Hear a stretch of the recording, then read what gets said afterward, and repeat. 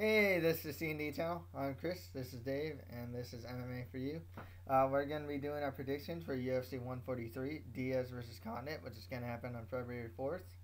The main card is going to be on pay-per-view, but the prelim is going to be on FX.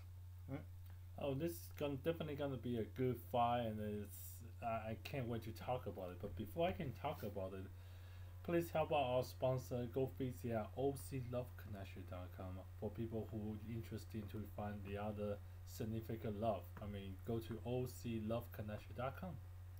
Okay, now that we got that out of the way, let's get started with this card.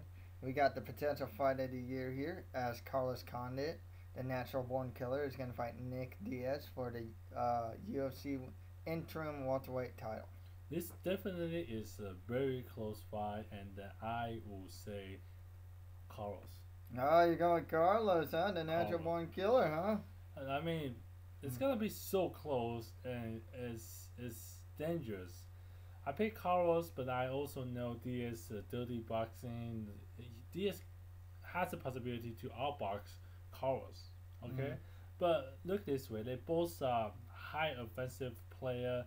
They both push forward. They both great scramble. They both have great BJJ, and they both suck on defense. But you know why? They all they're almost identical. But Yeah, exactly. it's like you play video game, you put the two people identical, but the one you put a good Muay Thai and the one you put a good boxing, and try to duke it out, see what happened. And I feel this is exactly what happened. I just feel with Carlos good Muay Thai, a close range, he's covered very well. Mm-hmm. The knee, the elbow, the close range with the clinch. I mean, knees left and right. I think he can hurt Diaz. He can wear him down. Not for the KO. I don't think so. I think it is going to go decision. Mm-hmm. But that's why I feel Carlos can really hurt Diaz by the knee, by the kick, and by the elbow. You know what, man? I really like Carlos Condit. I've always been a fan of the guy since the WEC days. And it's a close fight, but I got to go with Diaz here. The thing with Diaz is with his output and the way he fights, he likes to not just push forward. He likes to walk his opponent down, especially against the cage. Yeah, that's very dangerous. I kind of, like in a sense, I kind of just see what Dave sees. Yeah, he'll get a knee. This happens with the Diaz brothers in a stand-up fight.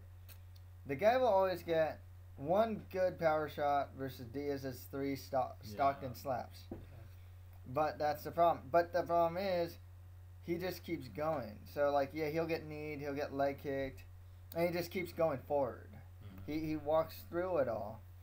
And that's the thing with Diaz, is I think he's going to walk Carlos forward, throw a little. I think he's going to just outdo Condit in a way, as far as output goes.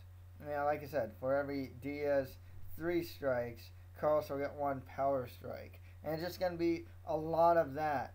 I think he is also going to be able to walk Carlos down, maybe get out against the cage, go for the body attack that he likes to do.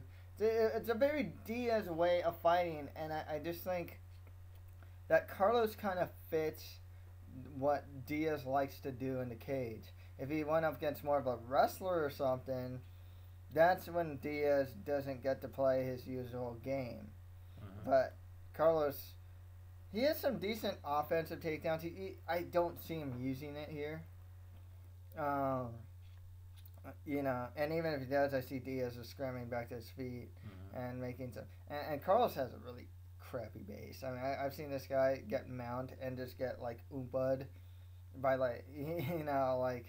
really easily, and just reverse. So even if he takes it down, it's not the greatest place he'd want to be. They're both really strong Brazilian Jiu-Jitsu guys too, and their scrambling abilities, like you said, are awesome. I just think Diaz will be able to play. Carlos Condit kind of fits into Diaz's game, and I just think Diaz will be able to just barely outdo Carlos Condit in the stand-up game. Yep. I think you might be right. I just hoping Carlos will use the clinch, use the kick, use the elbow as much as he can. That's not do 3-1 change. That's do 3-3. Yeah. That's try to get more in there. Then the game might change. Yeah. Okay. Well, in co-main event we have Big Country Roy Nelson versus Fabricio by Cavallo Werdum. Big country Roy Nelson. Big Country, huh? Yeah. You're a fan of the belly? No. No. Okay. Roy Nelson is such great fighter. I mean, I know everybody is talking about his body weight, his type, but Nelson has break that stereotype. He has shown me that he can do it all. I mean, the guy basically promote himself all the way to UFC. Mm-hmm. Let's talk about his fighting technique. I mean, one punch KO power, which I Yes. think is gonna play very well in here. Showed that against Brendan Schaub and Stefan Struve, really. Yeah, I mean, Brendan Shaw and stuff through are good, good fighters as well. I mean, his KO power is just not deadly. Mm-hmm. Second thing, a very strong BJJ and a very good, offensive takedown. I mean, this guy has a, good, powerful offensive takedown, which he's not afraid to use. That's a big difference. He used before, so. Yeah. And a strong top control. I mean, when he sit on you, you pretty much down, man. Well, here's the thing, though. When he sits on other fighters, he's done. But Fabricio Werdum, I mean, this guy's that Abu Dhabi world champ. I mean, he is the cream of the crop in Brazilian Jiu-Jitsu. Yeah. As big as Werdum or Nelson is, and the belly is going to be there, I just have a hard time believing that Werdum won't know what to do, even against that. His wrestling's decent. I don't like that he flops on his back against a lot of opponents like Orlovsky or like Overeem. Mm-hmm. That really put him, put a really bad light on Werdum. But the fact of the matter is, if you watch like the Antonio Silva fight or something, he showed some pretty improved stand-up. He's fought a lot of the top heavyweights. He's fought Sagano. Same with Nelson's actually fought a good amount of top heavyweights as well. Verdum's beaten a couple more. Of course, Fedor. He's the first man to really beat Fedor. Obviously, he beat Antonio Silva, Gabriel Gonzaga twice. He's a very solid fighter. Definitely. Some of his battle strategy in the past of flopping to the ground on his back and praying that his opponent will get in his guard. Yeah, I don't think it works with Roy Nelson. I mean, he's great BJJ, position himself, but I think he knows better not, test the water with, Werdum. I mean, I think Roy gonna keep this on the ground, on the feet, and then try to, outstrike, Werdum as much as he can. I mean, after all, he got a 1 KO power. If he uses it correctly, there's a chance he can wobble, Werdum a little bit, and then take it from there. We'll see how that goes, man. Okay. We got Josh Koscheck versus Mike Pearson. Oh, Josh Koscheck all the way. And Josh Koscheck too, but after seeing John Fitch lose to Johnny Hendricks in 12 seconds, it always makes you worried about the some of the old guard and welterweight versus the new guard. Oh, I agree with you. It was pretty disappointing, but also the kid it's up and coming. I mean, he was. I just didn't realize he would be that quick. But Josh Koscheck, I think it's different story. This guy's more, this guy has much more, cardio. I mean, I think he put it out pretty well. He's a strong wrestler. I mean, and he has a lot of power himself. Yeah. And don't even need to mention, he has been in this game for a long time. Yeah. I think he knows what's going on. Yeah, the thing is with Koscheck, especially since he's been using his wrestling a lot as of late. Um, yeah, I just see Koscheck like a better Mike Pierce, even at this point. And you could have said that about John Fitch and Johnny Hendrick. But Johnny Hendrick showed he is the better stand-up at least. Yeah. Or else at least a more proven power. Josh Koscheck has some proven power in his right hand. He's very experienced. I like Mike Pierce. He has some power in his hands as well. Of course, and he's tough to finish anyway. Yeah, really tough to finish. He has strong wrestling as well. So but also he's a relatively small welterweight. I just kind of think that Josh Koscheck might still be able to get the takedown on Mike Pierce as well. Okay. Next fight after that, we have a bantamweight bout between Renan Barao versus Scott Young Guns Jorgensen. This is a tough one. I like the Scott Jorgensen. Oh, really? Why, man? Well, the guy is great wrestling. I mean, good top control. Good stand-out, good BJJ. I mean, he's well-rounded, but his wrestling is very strong. I think, and plus he have a good front choke too. I think he might have problem with the stand-out, but I think if he use his wrestling well, he can out-wrestle, Barao and then win this fight. I'm hoping Jorgensen use his wrestling technique and really out-wrestle Barao. One thing with Barao, he's coming off that really big win over Brad Pickett, and it's like 26 or 27-1. I mean, his record is insanely good. One thing is, you got to think if Barao wins, he'll probably get the winner of Faber versus Cruz 3. With Barao in his last fight, he showed some really strong technical Muay Thai, man. I mean, Pickett was brawling, and so was Barao, but Barao's, he was just the better counter puncher, the more patient fighter. He uses a lot of kicks. He actually landed. I don't even know how he saw. He landed a knee, which started the end. He like jumps on like Pickett's back and chokes him out. Trains at Nova União, so his Brazilian Jiu-Jitsu is really strong. One thing is, this is a really good test of Barao's wrestling ability and his takedown defense. I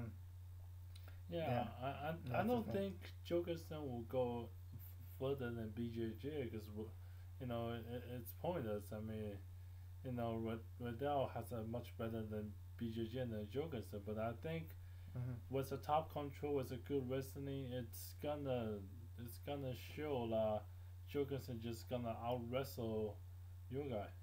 Oh, we'll see, man. We'll see. He hasn't been tested there, but every time you have a BJJ first wrestler, if the wrestler is smart and good, they will stay in top control throughout the whole, whole fight, and they usually tend to win the decision. We'll see how that goes, man. Alright, let's see. Okay. And finally, we have Ed Short Fuse Herman versus Clifford Starks. Ed. Oh, Ed Herman, man. Yeah.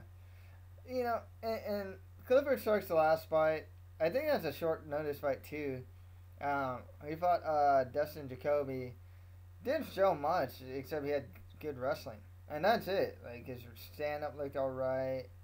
He didn't show much on the ground. It's still very green though. Yeah, exactly. There's potential for him, but this is a big step up stylistically, man. Ed Herman, in the Tim Crater fight, he knocked him out in the first couple seconds of the fight. Goes up against Kyle Noki, good Brazilian Jiu-Jitsu guy himself. What happens? Kyle Noki gets leg locked in a nasty way, man. Yeah. So you take down Ed Herman, he's going to throw a triangle up, he's going to go for leg locks. He has a lot of submissions, man. Yeah, I think Herman gonna be tough to handle. Either you stand out with him or you do BJJ with him. I know that I don't know. I just think Herman all the way. I don't think the other guy has any chance whatsoever. I definitely I don't really see much avenues for Starks to win. Yeah, simply because Ed Herman's also a good wrestler himself. Probably not as good as Starks because he trained at ASU. with Cain Velasquez, if I'm not mistaken. So I mean, his wrestling's like top notch, but even so, Herman's a good wrestler, but also his Brazilian Jiu-Jitsu, even when he gets taken down, it's really strong off his back as well. I don't think Starks will be able to like take him down and to just maintain top control the whole time or something like that. I just don't see it. It might be hard for him to do that. Yeah, I just don't see him do that. I don't think he's in that level of wrestling. I don't think so. Yeah. So yeah, I got Ed Herman pretty definitively here too, to be honest. Okay, on to the prelims. We have a UFC newcomer Max Holloway versus Dustin Poirier. Oh, Dustin Poirier. Oh man, remember that submission he did in his last fight, man? It's nasty, man. Yeah, that Darce choke, man. Who does Darce choke in the freaking UFC, man? I mean, that's a high level choke to bust on UFC, dude. Yeah, man. Dustin Poirier, man, ever since moving down to 145, his stand-ups look really good. He has good offensive output. His ground game, against Pablo Garza, he showed it off. Yeah. Good stuff. He definitely is up and coming in featherweight, and I think he has do enough damage to moving forward and forward. I don't think Max Holloway can stop him at all. Max Holloway is just a late replacement. He's like the third replacement. Dustin Poirier is supposed to fight like Eric Koch, and then after that is Ricardo Lamas, and now it's Max Holloway. So this is like Holloway's a prospect, but he's only 4-0. Yeah. It's his first fight in the UFC. He's a late replacement. I think he's actually in like the Bloody Elbow scouting report, if I'm not mistaken, as like one of the top 10 prospects. I think he is. I'm not 100% sure, but even so, Dustin Poirier is just such a huge step up. I got Dustin Poirier winning this one. Of course. Okay, next fight after that, we have Bruce Leroy Alex Caceres versus Edwin Figueroa. Yeah, Figueroa too, man. Figueroa, man. His only loss in his career is hot bantamweight prospect Michael McDonald, and he has a notable win over Johnny Bedford, actually. The tough alum that has been doing pretty well for himself. I mean, his loss is losing on Michael McDonald. Michael is actually a really good fighter, Yeah, exactly. So I think with that kind of reputation, I definitely think I will win this fight. Oh yeah, Alex Caceres, man. I mean, he looked good in his last fight against Cole Escobedo, which surprised a lot of people. Most of his losses are by submission. He's still young. His Brazilian Jiu-Jitsu is good offensively, but also, like I said, most of his losses are by submission. He has good striking, but it's kind of wild at times as well. There's potential with Caceres, but Figueroa, he's looked pretty good. I think he took that fight against McDonald on kind of short notice and did very well for himself. And beating a guy like Bedford, solid win. Definitely got to give it to Figueroa in that one. Okay, next fight after that, we have Jorge Lopez, or George Lopez, not the comedian, versus Matt Riddle. Jorge Lopez. Jorge, what? What for, man? What Well, I mean... No, he's good, actually. Jorge is good. You picked him last time. I mean, I was making fun of you. But was this fight, I mean, Matt Riddle is good. I mean, he's a good wrestling. But Matt Riddle has a really weak the striking.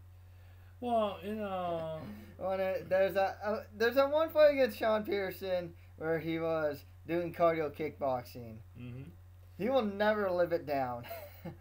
That's for sure. Cardio kickboxing UFC. What's wrong with that guy? He did Taibo. I don't know, man. Taibo. This is not 24 minutes. Oh, let's go. This is a real fight, man. This is your blast, man. Those punches he did were the punches Riddle did, actually. It's kind of funny. That was okay. Anyway, I will try to. Okay. Anyway, I think that Jorge Lopez will win. he has a good, KO, TKO. He went 11-2. He had 5 KO, TKO, right? Yeah. I mean, he trains on the One fight one team, fighting man. team, Yeah, with Vanderlei Silva. I mean, his striking is no other. So I think he definitely gonna outstrike, Matt Riddle's with his cardio kickboxing. But that's why I see. I just see he will outstrike, Matt Riddle. You know what, man? I'm gonna go with Riddle in this one. He's got a good chin. This kid does. Pushes forward a lot. If he uses his wrestling, he's got the win here. If he strikes, it's not his best strategy. I think he's gonna go 9-9 if he strikes. I think he should take the fight to the ground. He's a tough kid. Matt Riddle is one of the very few fighters in the UFC to start his professional MMA career in the UFC. Yes. Still a young guy too. He's coming off a 2-fight losing streak, which is not really good. But I'm gonna go with Riddle to win this one, man. Okay.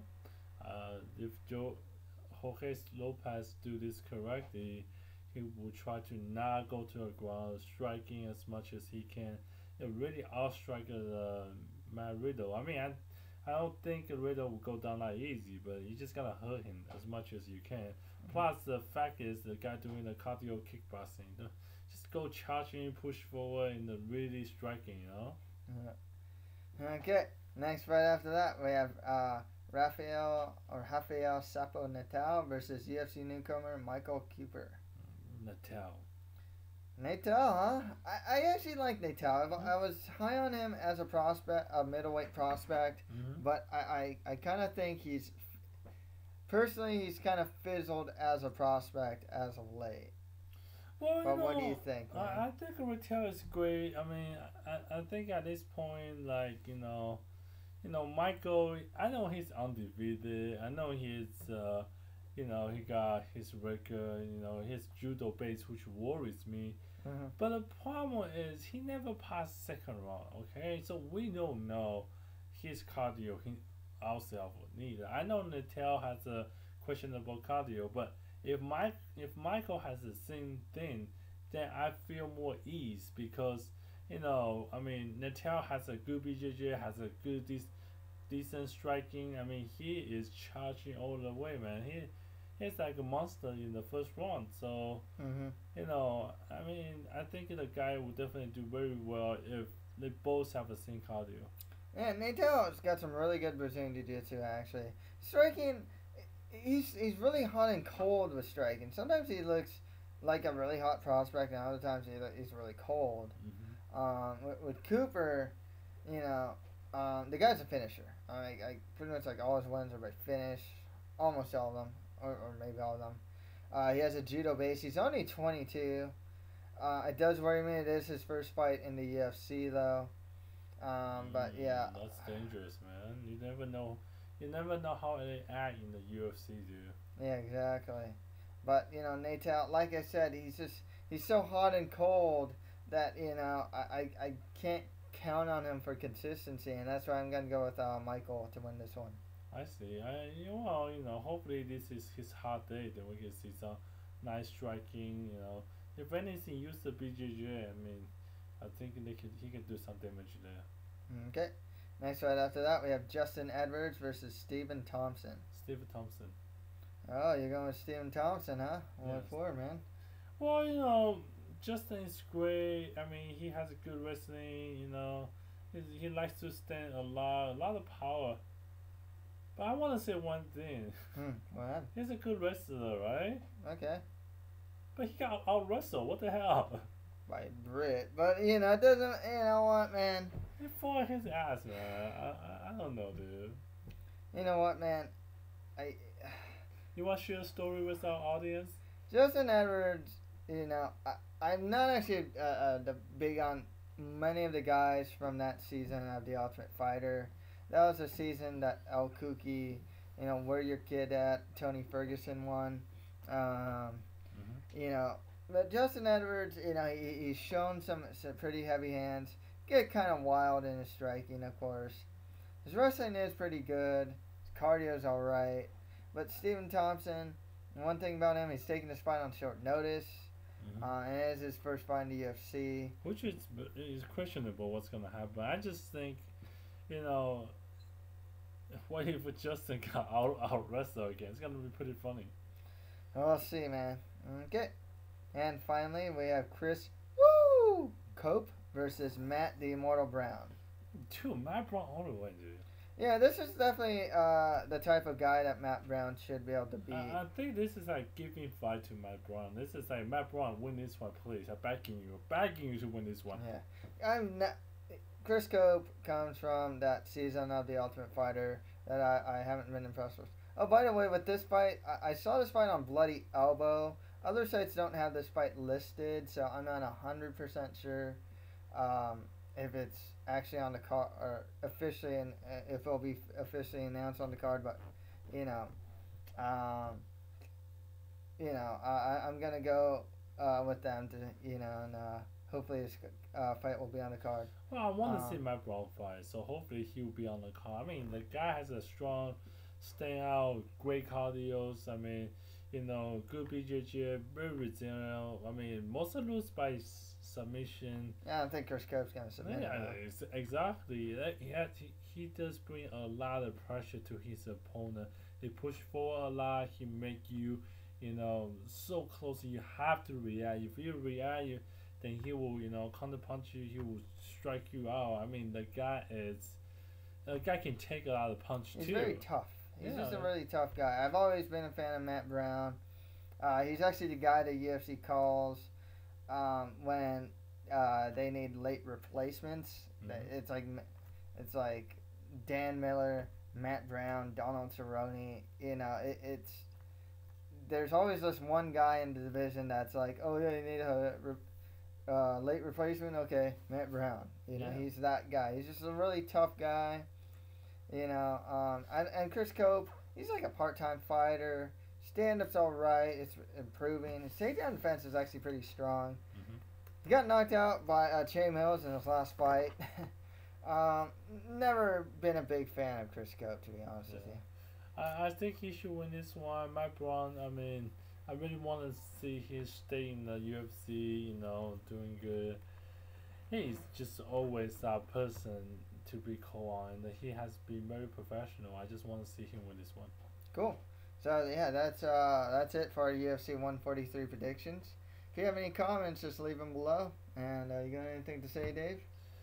Nothing much. I just want to promote our, we are trying to create a site so we can put our videos there first.